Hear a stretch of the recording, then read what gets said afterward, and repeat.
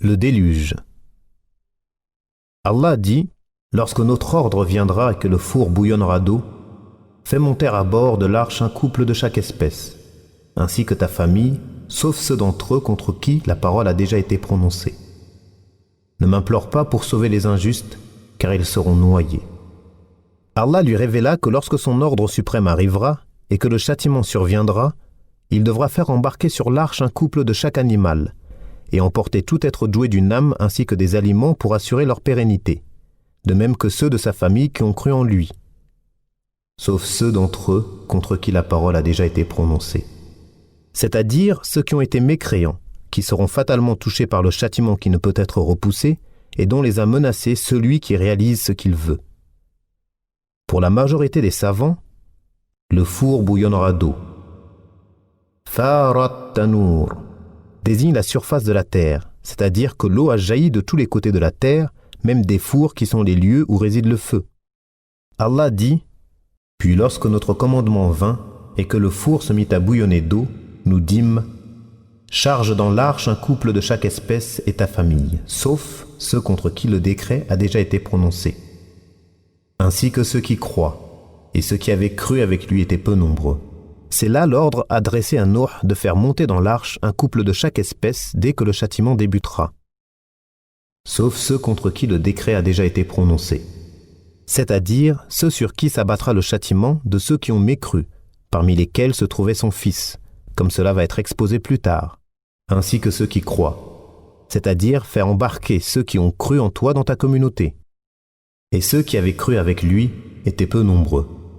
Et ce malgré la longue période de temps pendant laquelle il est resté parmi eux, et son appel insistant nuit et jour, par toutes sortes de moyens, en les avertissant et en les encourageant. Les savants ont divergé concernant le nombre de ceux qui étaient avec lui dans l'arche. Allah dit, « Lorsque tu seras installé dans l'arche, toi et ceux qui t'accompagnent, dis, louange à Allah qui nous a sauvés de ce peuple injuste, et dis, Seigneur, fais-moi débarquer en un lieu béni. Tu es celui qui procure le meilleur débarquement. » Allah lui a ordonné de louer son Seigneur pour lui avoir soumis l'arche par laquelle il l'a sauvé et éloigné de son peuple, et lui a donné satisfaction contre ceux qui l'avaient rejeté et contredit. Allah dit, « Celui qui a créé les couples dans leur totalité et a fait pour vous des vaisseaux et des bestiaux, des montures, afin que vous vous installiez sur leur dos, et qu'ensuite, après vous y être installés, vous vous rappeliez le bienfait de votre Seigneur et que vous disiez, « Gloire à celui qui nous a soumis tout cela, alors que nous n'étions pas capables de les dominer. C'est vers notre Seigneur que nous retournerons. » C'est ainsi qu'il faut invoquer au début de chaque chose, en demandant qu'elle soit bonne et bénie, et que sa fin soit louable, comme Allah dit à son prophète lorsqu'il émigra, et dit, « Ô Seigneur, fais que j'entre en un endroit où règne la vérité, et que je sorte d'un endroit où règne la vérité, et accorde-moi de ta part un pouvoir bénéficiant de ton secours. » Nuh respecta cette recommandation en disant, il dit, « Embarquez, que sa course et son point d'ancrage soient au nom d'Allah. Certes, mon Seigneur est pardonneur et miséricordieux. » C'est-à-dire, débuter et terminer ce voyage par le nom d'Allah, car mon Seigneur est pardonneur et miséricordieux. Mais son châtiment est dur et ne peut être repoussé des injustes qui ont mécru et adoré autre que lui. Allah dit, « Et elle vogua en les emportant au milieu de vagues aussi hautes que des montagnes. » C'est-à-dire qu'Allah a fait descendre une pluie telle que la terre n'en a jamais connue et qu'elle n'en connaîtra plus. Il ordonna aussi à la terre de faire jaillir l'eau de tous côtés. Il invoqua alors son Seigneur en disant, « Je suis vaincu, aide-moi. » Nous ouvrîmes alors les portes du ciel à une eau torrentielle et fîmes jaillir de la terre des sources. Les eaux se rencontrèrent d'après l'ordre qu'Allah avait déjà prescrit.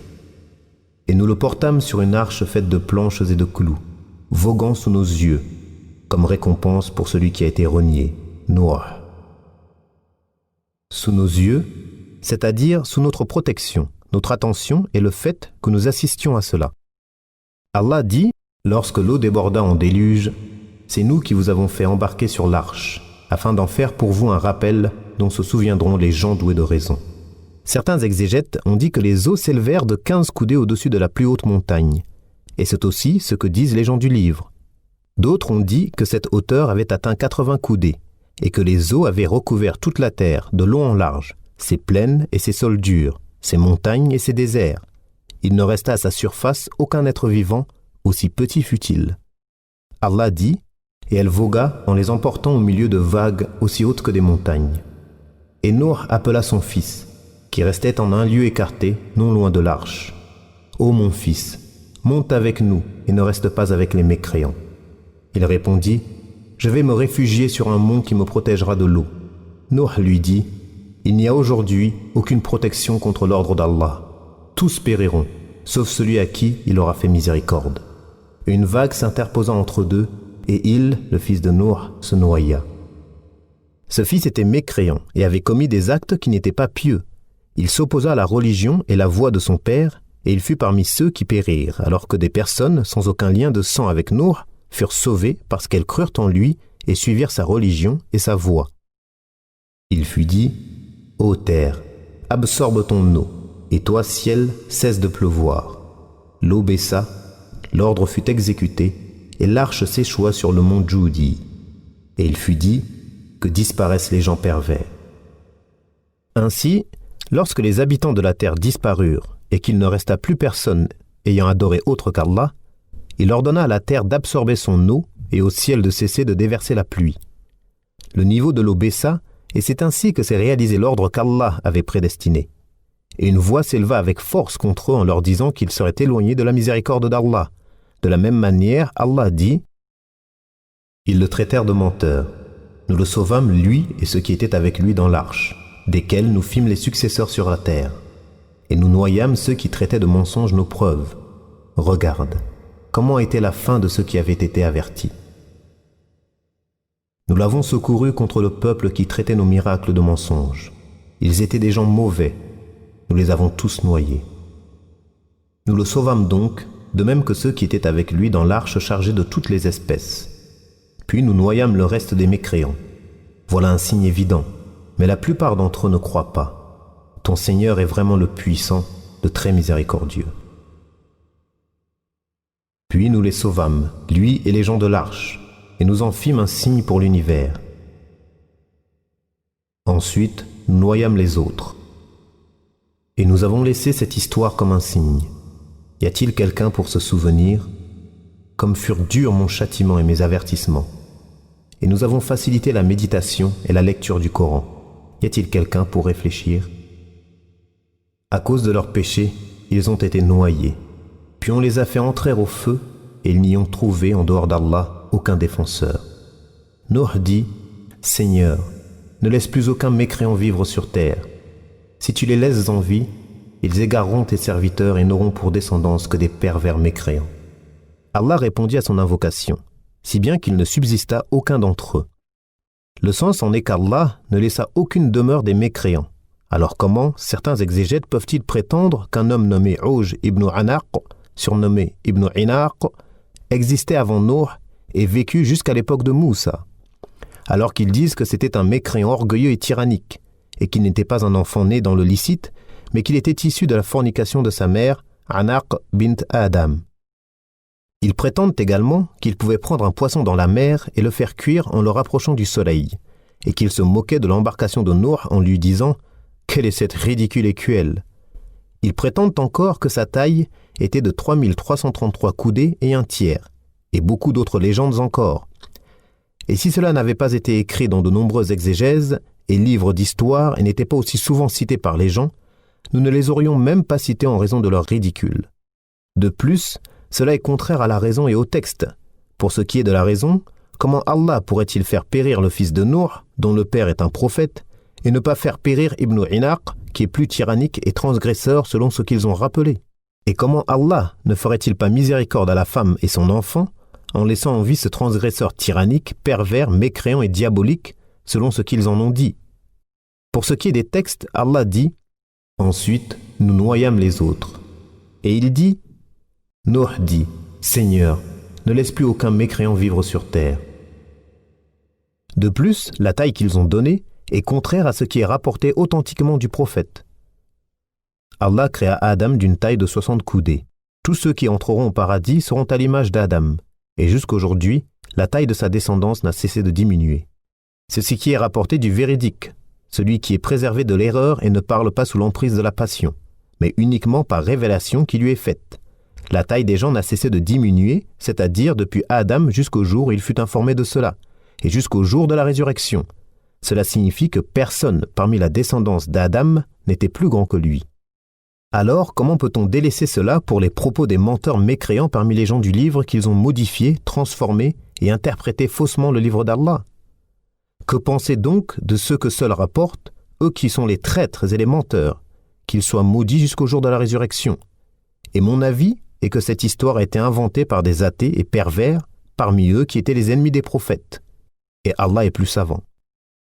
Puis Allah rappela l'imploration de Nuh pour son fils et l'interrogation qu'il adressa à son Seigneur que l'on peut formuler ainsi: « Tu m'as promis d'épargner ma famille et il est des miens, alors comment a-t-il pu être noyé ?» On lui répondit qu'ils n'étaient pas des siens, c'est-à-dire ceux pour qui on a promis le salut. Nous t'avons dit: « Fais monter à bord de l'arche ta famille, sauf ceux d'entre eux contre qui la parole a déjà été prononcée. » Et il était parmi ceux contre qui la parole a été prononcée, et qu'il serait noyé pour sa mécréance. Ainsi, le destin l'amena à être noyé avec son groupe des mécréants transgresseurs, bien qu'il fût au départ de la famille des croyants. Allah dit: « Il fut dit: Ô Nuh, débarque avec notre sécurité et nos bénédictions sur toi et sur des communautés issues de ceux qui sont avec toi. Et à d'autres communautés, nous accorderons une jouissance temporaire, puis un châtiment douloureux venant de nous les touchera. » C'est l'ordre qu'on donna à Nuh lorsque l'eau disparut et qu'il fut possible de fouler la terre et de s'y installer. On lui commanda de débarquer de l'arche après qu'elle ait transporté dans ce voyage étonnant qui vit l'eau dépasser les hauteurs du mont Djoudi, qui est une montagne connue dans la péninsule arabique. Il débarqua avec sécurité et bénédiction, pour lui et les générations qui allaient lui succéder, car il fut le seul parmi les survivants à avoir une descendance. Et nous fîmes de sa descendance les seuls survivants. Donc tous les hommes présents sur terre sont les descendants des 3 enfants de Nuh, Sam, Ham et Yafith. Réponse à ceux qui nient le déluge. Certains ignorants de Perse et d'Inde ont nié l'existence du déluge, alors qu'une partie d'entre eux y a cru, mais en disant « C'est arrivé à Babylone et n'est pas parvenu jusqu'à nous, et nous ne cessons d'hériter de nos ancêtres depuis Adam. » D'autres athées parmi les adorateurs du feu et des démons ont également tenu ces propos, mais ce n'est qu'un sophisme, une mécréance effroyable, une ignorance claire, de l'orgueil face aux vestiges et un reniement du Seigneur des cieux et de la terre. Toutes les religions qui ont suivi un prophète envoyé par le tout miséricordieux sont unanimes sur la réalité de l'existence du déluge et sur le fait qu'il recouvrit toute la surface de la terre. Allah ne laissa aucun mécréant, en réponse à l'invocation de son prophète assisté et préservé, et afin de réaliser ce qui avait déjà été prédestiné. La personne de Nuh. Allah dit: « Celui-ci était vraiment un serviteur très reconnaissant. » On rapporte qu'il louait sans cesse Allah pour tous les bienfaits qu'Allah lui a accordés comme nourriture, boisson, habits et toutes choses. Anas ibn Malik rapporte que le messager d'Allah a dit: « Allah est satisfait du serviteur lorsqu'il le loue pour chaque bouchée et chaque gorgée. » Et celui qui est très reconnaissant, Ash-Shakur, est celui qui accomplit toutes les obligations du cœur, de la langue et des membres. La reconnaissance s'exprime dans toutes ces choses, comme le dit le poète: « Vous avez goûté de ma générosité en 3 choses, ma main, ma langue et mon cœur caché dans ma poitrine. » Les recommandations de Nuh à son fils. Abdullah ibn Amr rapporte: « Nous étions chez le prophète lorsqu'un bédouin vêtu d'un manteau rayé et serti de brocart entra et dit: « Votre compagnon veut rabaisser tout cavalier, fils de cavalier, et élever tout berger, fils de berger. » Le messager d'Allah le prit alors par le pan de son manteau et lui dit: « Ne vois-je pas sur toi les vêtements de quelqu'un qui n'a pas d'intelligence ?» Lorsque le prophète d'Allah, Nuh, fut sur le point de mourir, il dit à son fils: « Ô mon fils, je vais te dicter ce testament. Je t'ordonne 2 choses et t'en interdis 2 autres. Je t'ordonne de témoigner qu'il n'y a de divinité digne d'adoration qu'Allah, car si on mettait les 7 cieux et les 7 terres sur le plateau d'une balance, et l'attestation qu'il n'y a de divinité digne d'adoration qu'Allah sur l'autre, la balance pencherait du côté du plateau de cette dernière. Et si les 7 cieux et les 7 terres étaient un anneau solide, l'attestation qu'il n'y a de divinité digne d'adoration qu'Allah l'aurait brisée. Gloire et louange à Allah, c'est par elle que se lient les choses et par elle que les créatures reçoivent leur subsistance. Et je t'interdis le polythéisme, shirk et l'orgueil. On dit, ô messager d'Allah, nous savons ce qu'est le polythéisme, mais qu'est-ce que l'orgueil? Est-ce le fait que l'un de nous possède une paire de sandales avec de beaux lacets? Non. Est-ce le fait de porter un habit neuf? Non. Est-ce le fait de posséder une monture? Non. Est-ce le fait d'avoir des amis qui lui tiennent compagnie? Non. Qu'est donc l'orgueil, ô messager d'Allah? C'est rejeter la vérité et mépriser les gens.